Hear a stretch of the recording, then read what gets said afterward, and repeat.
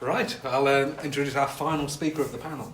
And then afterwards we have time for Q&A, so start pulling your ideas and questions together already. So our final speaker is Noel Mellor. Noel is a marketing professional of over 15 years, who is now programme leader on the BA Digital Video Production and Marketing at the University of Salford. As writer and podcaster, he has extensively covered 1980s film and popular culture for over a decade, and is now researching movie marketing past, present and future. His paper, The Souls of the Children Give Me Strength, 1980s horror movie marketing and the life and death of the brand Boogeyman, explores the complex relationship between film and film marketing, with a particular focus on the Nightmare on Elm Street franchise. And over to Noel to tell us more. Thank you. So what I'd like to talk about today is A Nightmare on Elm Street as a brand, and in particular its audience-centric approach to marketing, particularly during the first 10 years of the series. So I'll be talking through New Line Cinema's use of Freddy as an ambassador for the franchise, and how his cultural flexibility supported a period of unprecedented success.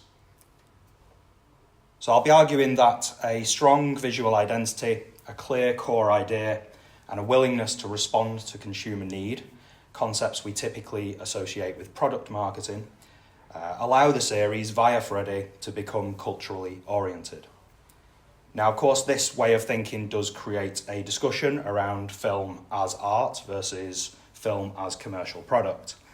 And I recognise this can be a controversial or at least challenging position to take.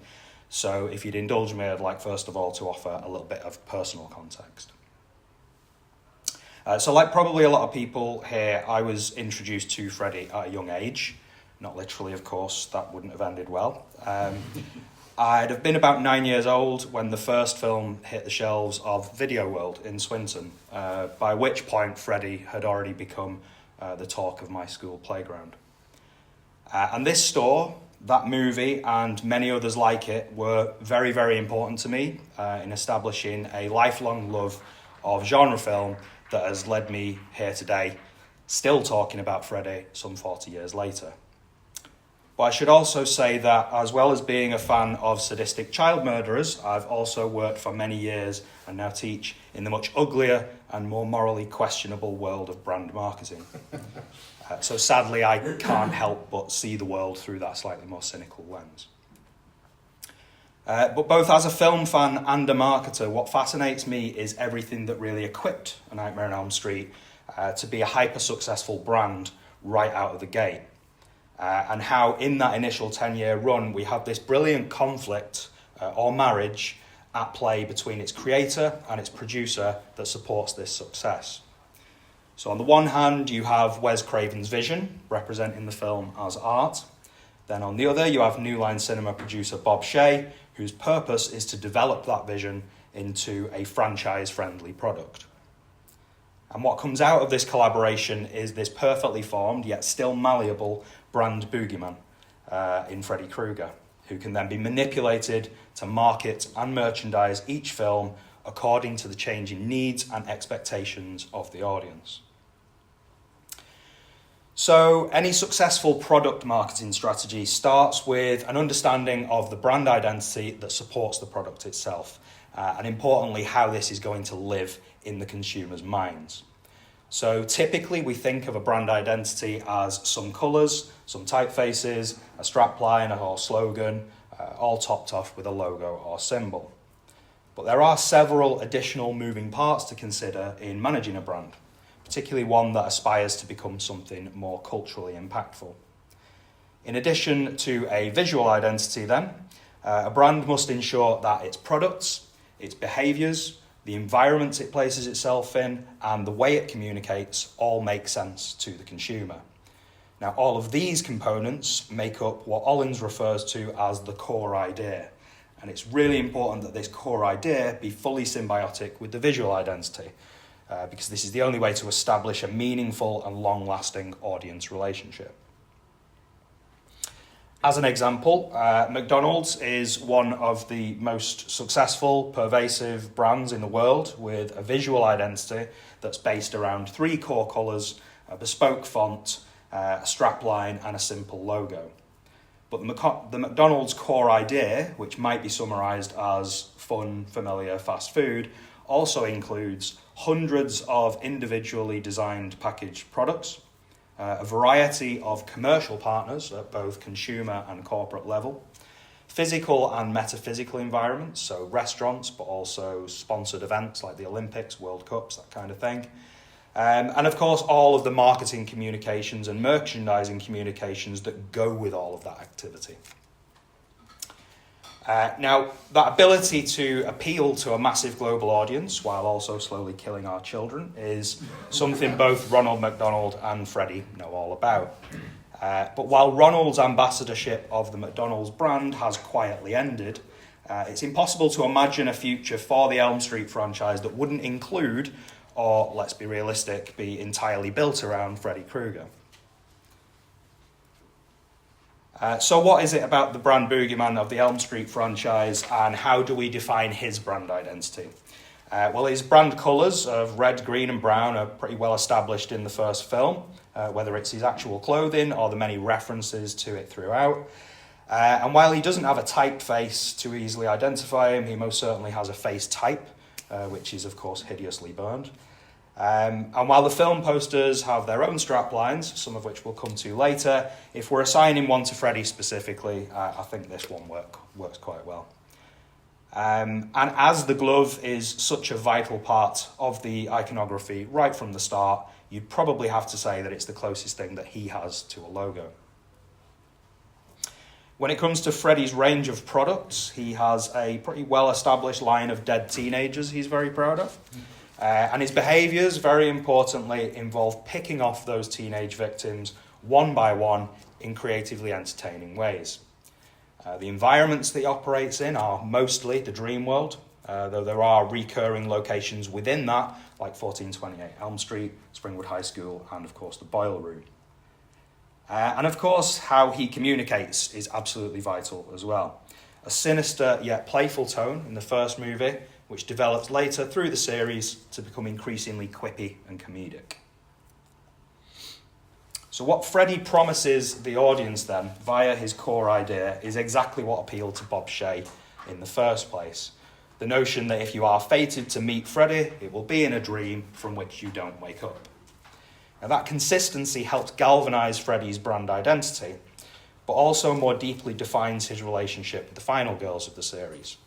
The individuals who refuse to subscribe to his core idea by insisting on waking from the dream. In other words, his most difficult customers. Now, on the face of it, all these points might feel kind of contrived or flippant, but if you remove or alter any of these points too much, you not only disrupt that essential brand identity, you break a contract that has been established with the audience about what they should expect. The Elm Street franchise then starts with that strong visual identity, directly tied into a relatable core idea, a consistency of purpose that's based entirely on Craven's artistic vision. But the durability of the series comes from learning during the making of the second film that already by this time, as director Jack Shoulder puts it, Freddy was the franchise. Putting Freddy's name in the title was a vital first step in the character's journey to becoming culturally oriented, as was the way in which he moved visibly out of the shadows in the marketing materials themselves. Globally, some markets made use of the slightly more conservative or at least cryptic US artwork for rental releases of Freddy's Revenge, but most pushed this creative either to the side, to the back, or just didn't use it at all. Instead, as with the UK artwork, for most international releases, Freddy would take centre stage, and audiences who saw the glove, the jumper, the hat and the face then knew the man of their dreams was back. The film, as a commercial product, was a success, both theatrically and on home video, but critically faced complaints about its creative direction, so specifically in having Freddy spill out of the dream world and into reality. This suggests to me that while the marketing successfully amplified the brand identity and acknowledged what consumers wanted enough for them to go and see it, the film itself strayed too far from vital elements of the core idea. So instead of being limited to the dream realm environment, Freddy was loose in the real world. Instead of picking off teens one by one in creatively entertaining ways, he was chasing 30 of them around the garden for a bit. Instead of being a dream you don't wake up from, the core idea is then reduced to a pool party where some weird guy shows up and sets the sausages on fire. From there, though, the marketing and merchandising associated with Freddy goes into overdrive and really goes from strength to strength. The then director of licensing and promotion for New Line Cinema, Kevin Benson, says the sequel offered the chance to market Freddy as if he was a rock and roll band, and this allowed them to reach a much wider audience. Now, this obviously starts off with simple things like photo shoots and the odd t-shirt, but by 1987 it's posters, pins, masks, hats, jumpers, gloves, model kits and a fan club. All of these plainly targeted at younger fans like me, and often with Freddy addressing them directly with a higher kids or a higher sport. By now then, Freddy is truly culturally oriented, transcending his medium thanks to an effortless intertextual fluidity. And it's at this point that New Line Cinema starts to allow the relationship that Freddy has built with his audiences via the marketing and merchandising to feed back into the film product itself. So in A Nightmare on Elm Street 3, Dream Warriors, the dream realm of the core idea is fully restored, and that's made abundantly clear via the title and also the poster campaign. And in the film, the narrative flexibility of Freddy and the dream realm is used to explore teen suicide, self-harm, role-playing games and drug abuse, connecting Freddy more deeply with the culture by reflecting societal concerns. For A Nightmare on Elm Street 4, The Dream Master, the dream realm is once again heavily present in the US and UK marketing, but Freddy's role as a pop culture icon is emphasised everywhere, in particular this UK teaser poster referencing James Bond. The film itself also adopted a modern editing and visual style, which Robert Englund himself acknowledges as what made him realise that director Rennie Harlan was creating the MTV nightmare. So officially, by this time, Freddy is appearing in music videos for the films, interacting with the musicians themselves. Unofficially, he's being heavily referenced everywhere, including by DJ Jazzy Jeff and the Fresh Prince in their song A Nightmare on My Street, as well as on the Fresh Prince of Bel-Air TV series. In the ad breaks, audiences are invited to call the Freddy Krueger hotline, and in the Freddy's TV Nightmare series, of course, he is addressing them directly in their homes, somehow making them complicit in his murderous chaos. The merchandising at this point arguably peaks with the infamous Matchbox Talking Freddy doll in 1989. So launched ahead of Nightmare on Elm Street 5, The Dream Child, the doll was controversial enough to generate a level of press and TV coverage that even Bob Shaye's healthy new marketing budget could never have really stretched to. So across all channels then, Freddy is deepening his relationship, or has deepened his relationship by this point, with the audience, conversing directly with them via the screen as well as through the posters and supporting marketing materials.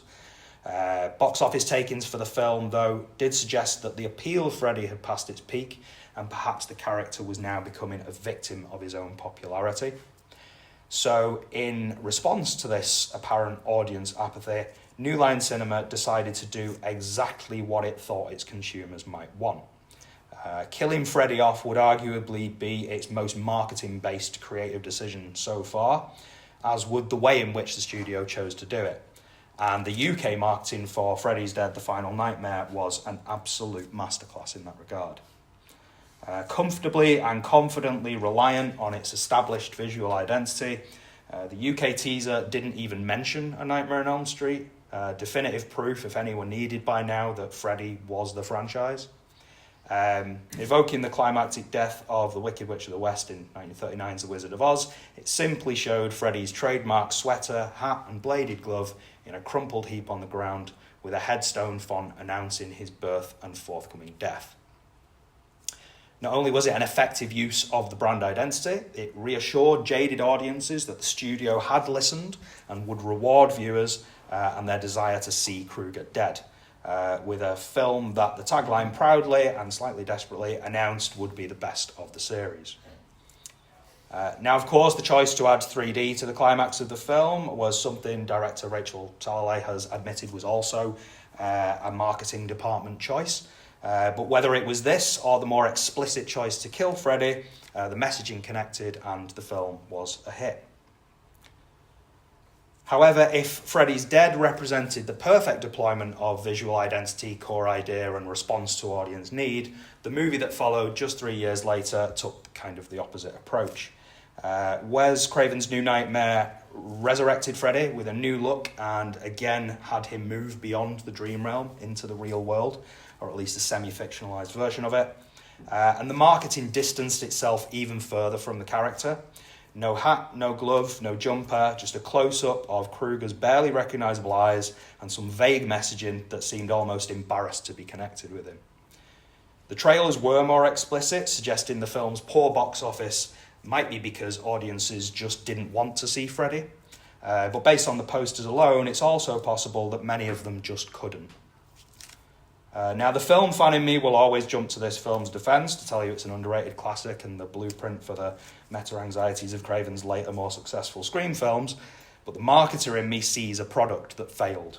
And it failed because it strayed too far from its own identity and misread what audiences wanted and expected at that time. So according to Haig, there are parallels to be drawn between the most successful brands and religious cults, from levels of faith and lifelong devotion to the creation of iconic deities. But Haig also states that sort of managing these brands isn't always easy, and in moments of panic, brands can act like teenagers with severe visual reinvention or ideology changes in a bid to stand out from their peers. Now, one of the most famous blunders in brand marketing history came from Coca-Cola in 1985, when under market pressure from Pepsi, it decided to relaunch itself with a revised recipe. Now, New Coke contradicted decades of messaging around Coca-Cola, not as a product, but as a vital part of culture. But this move subsequently harmed consumers' relationship with that product. In other words, like New Nightmare, New Coke betrayed its identity, misread what audiences wanted and expected, and paid a heavy price as a result. So, if there is a secret to brand longevity, it is certainly rooted in bold, consistent visuals matched with a clear, accessible core idea. But whether you're selling burgers, soft drinks, or slashers, it's important to recognise and play to the strengths of your product while also listening to your audience. And while design by committee isn't always a good thing, bringing audiences into the conversation does create a sense of community. And that's something that horror in particular benefits from more than any other genre. Bob Shea was right to recognise that for A Nightmare on Elm Street, Freddy was what consumers would buy. But it was the strength of Wes Craven's visual identity and the core idea for the character which created those returning customers. And while there were missteps along the way, it is that marriage of artistic vision and cultural resonance which is why we're all here today, also still talking about Freddy some 40 years later. And that's me, thank you.